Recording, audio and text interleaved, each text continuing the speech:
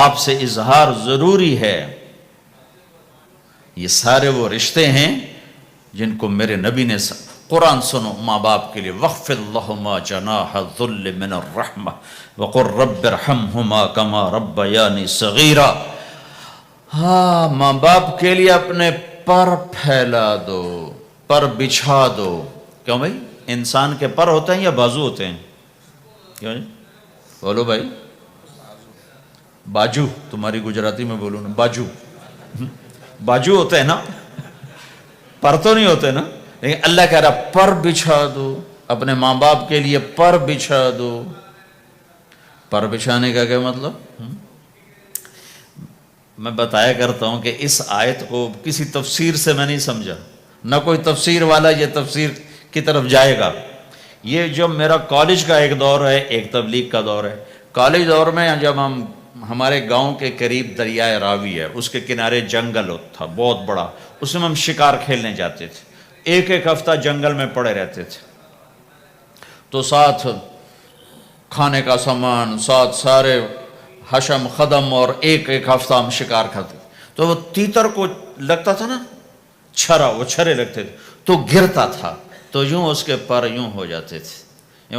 میرے آنکھوں کے سامنے وہ تیتر نظر آ رہے ہیں، وہ یوں ایسے کرتے تھے اور یوں گردن ٹیڑھی ہوتی تھی، اور اس کا مطلب یہ ہوتا تھا کہ اب میں تیرے بس میں ہوں، ذبح کر یا چھوڑ دے، میرا بس ختم ہو چکا۔ تو آئے ہائے ہائے، قربان جاؤں قرآن کی خوبصورتی پر۔ میرا رب کہتا ہے اپنے پروں کو بچھا دے ماں باپ کے آگے، جیسے زخمی پرندہ تیرے آگے بچھ جاتا ہے، کہ ذبح کر دو صاحب، بھون کے کھا یا کباب بنا کے کھا، اب تیرے حوالے ہوں۔ ایسے ہی ماں باپ کے آگے یوں ہو جا۔ کیا خوبصورت تعبیر کی ہے۔ لا تقل لهما اف، اون بھی نہ کر۔ آپ نے فرمایا کاش میرے والدین ہوتے، تمنا کی۔ 2 مہینے کے تھے ماں کے پیٹ میں تو باپ کا انتقال ہو گیا، یا اور نہیں تو میری ماں تو ہوتی، میری ماں تو ہوتی۔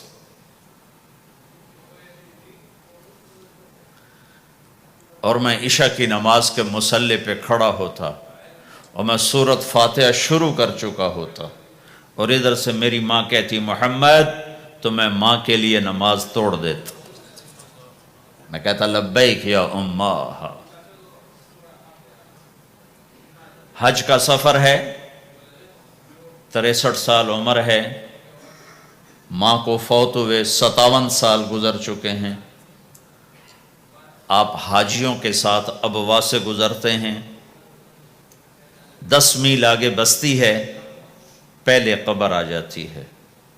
آپ نے احرام باندھا ہوا ہے، سر ننگا ہے، اپریل کا مہینہ ہے، ماں کی قبر سے گزرے 57 سال میں آدمی کیا کچھ نہیں بھول جاتا، لیکن میرے نبی کے دل کا زخم اسی طرح بھرا نہیں ہے، اسی طرح تازہ ہے۔ آپ اونٹنی سے اتر گئے اور ماں کی قبر کے سرانے آ کے یوں بیٹھے، گھٹنے اٹھائے اور ہاتھ یہاں رکھے اور سر دیا گھٹنوں میں ایسے، اور یوں سر نیچے کر کے جو روئے ہیں جیسے چھوٹے بچے روتے ہیں۔ آپ نے دیکھا چھوٹے بچے گھروں میں ایسے روتے ہیں، ایسے ہم بھی بہت روئے اس طرح منہ گھٹنوں میں دے کر، تو میرے نبی گھٹنوں میں منہ دے کر جوں روئے جوں روئے جوں روئے، کئی گھنٹے روتے رہے۔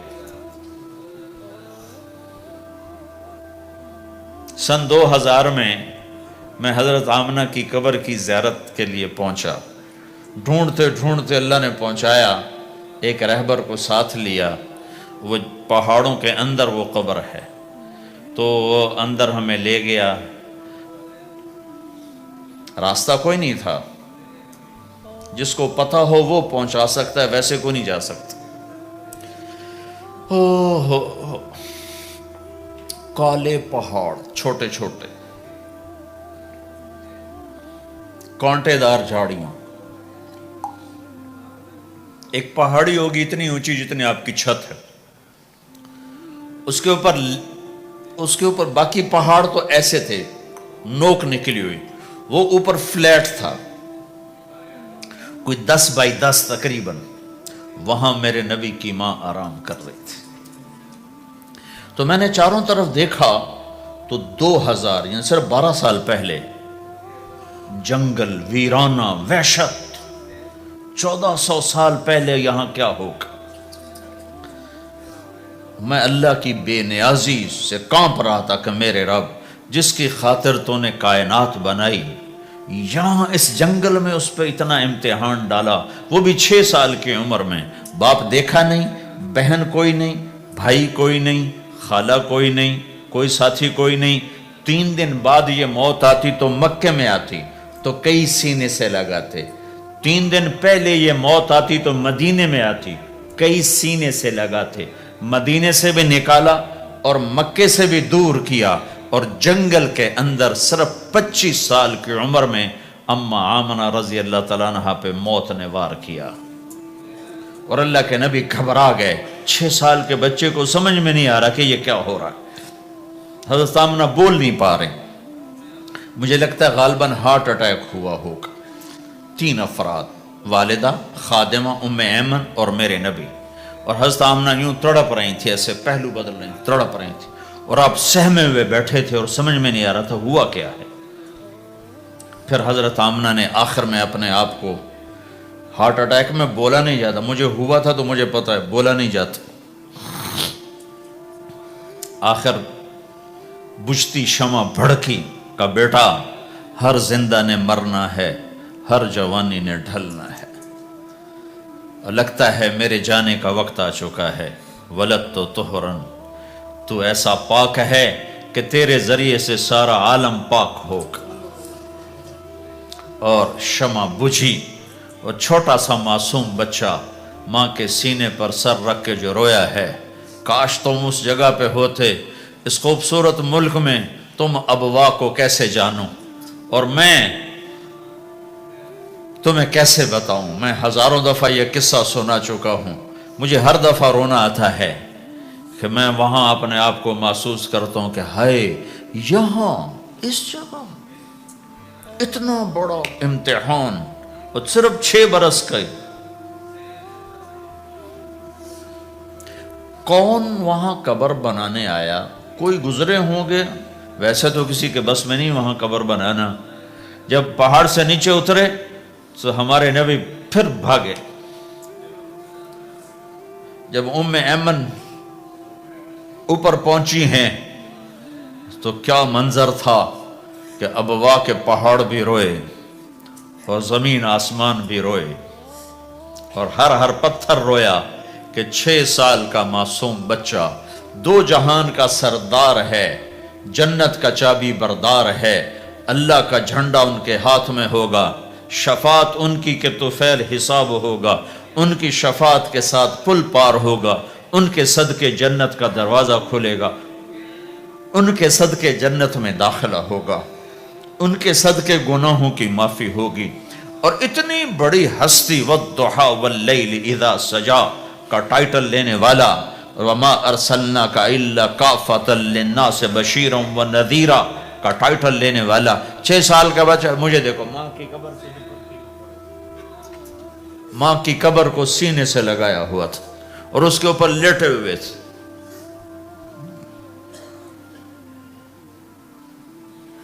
جب حضرت ام ایمن پہنچی ہیں تو اللہ کے نبی کیا کہہ رہے تھے؟ اے میری ماں، تمہیں تو پتا ہے نا تیرے سوا میرا کوئی نہیں تھا.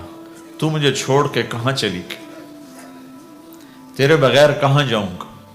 میرا کون ہے اب تیرے سوا؟ ام ایمن نے اٹھایا کہ مجھے چھوڑ دو، میں کہیں نہیں جاؤں گا، میں اپنی ماں کے سوا کہیں نہیں جاؤں گا. کھینچ کے اٹھایا، نیچے لائیں، اونٹنی پہ بٹھایا.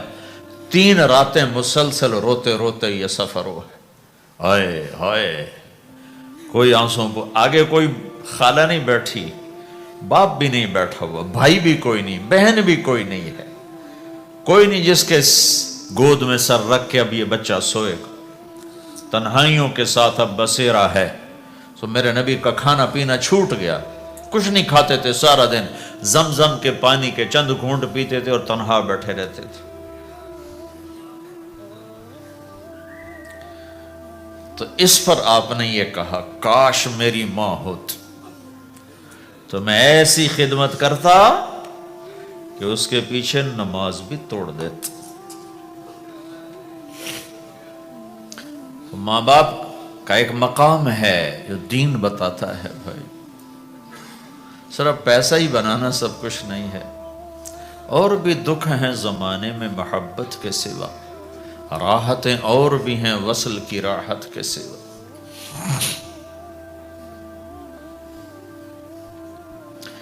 ماں باپ کا ایک مقام ہے، ان کو مقام دو، لیکن ماں کی وجہ سے بیوی پہ ظلم نہ کرو، بیوی کے عشق میں ماں پہ زیادتی نہ کرو۔ یہ گھر کی معاشرت ہے، یہ گھر کی زندگی ہے۔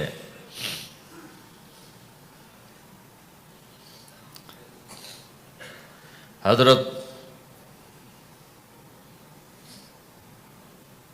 نعمان بن حارثہ بن نعمان دو صحابہ کے بارے میں آتا ہے کہ جیسی انہوں نے ماں کی خدمت کی اور کسی نے نہیں کی، ایک حضرت عثمان، ایک حارثہ بن نعمان۔ حارثہ بن نعمان کے بارے میں تو آپ نے کہا میں جنت میں گیا تو میں نے قرآن کی تلاوت سنی، تو میں نے کہا یہ کون تلاوت کر رہا ہے؟ کہا جی حارثہ۔ کہا حارثہ تو مدینے بیٹھا ہے، یہاں تلاوت کیسے؟ تمہیں سنانے کے لیے کتنا بڑا سپیکر لگا ہوا ہے، اس ساتویں آسمان پر جنت ہے۔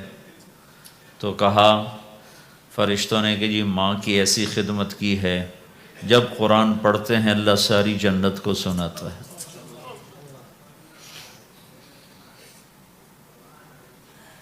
تو جن کے والدین یہاں ساتھ ہیں وہ انہیں غنیمت جانو، ان کی خدمت کرو۔